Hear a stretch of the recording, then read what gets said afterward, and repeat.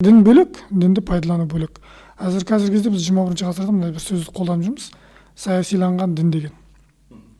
Яғни дінді саяси мүддеге пайдалануға талпыныс жасалған.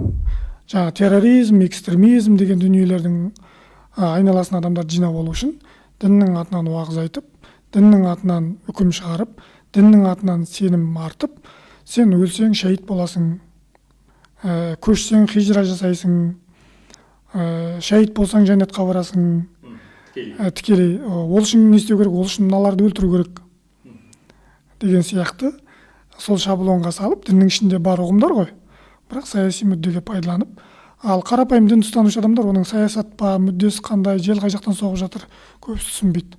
Терроризм үшін құрбан болып кеткен қаншама азаматтар бұл терроризмді кім жасап жатыр, не үшін жасап жатыр, қалай жасап жатыр, ол жерде қандай геосаяси ойындар жүріп жатыр, оны түсінбей қалады. Түсінген кезде кеш болады. Сондықтан да терроризм мен діннің арасында, діннің негіз қағидаттарының ішінде терроризм болмағанымен, дінді терроризмнің құралы ретінде пайдалану бар.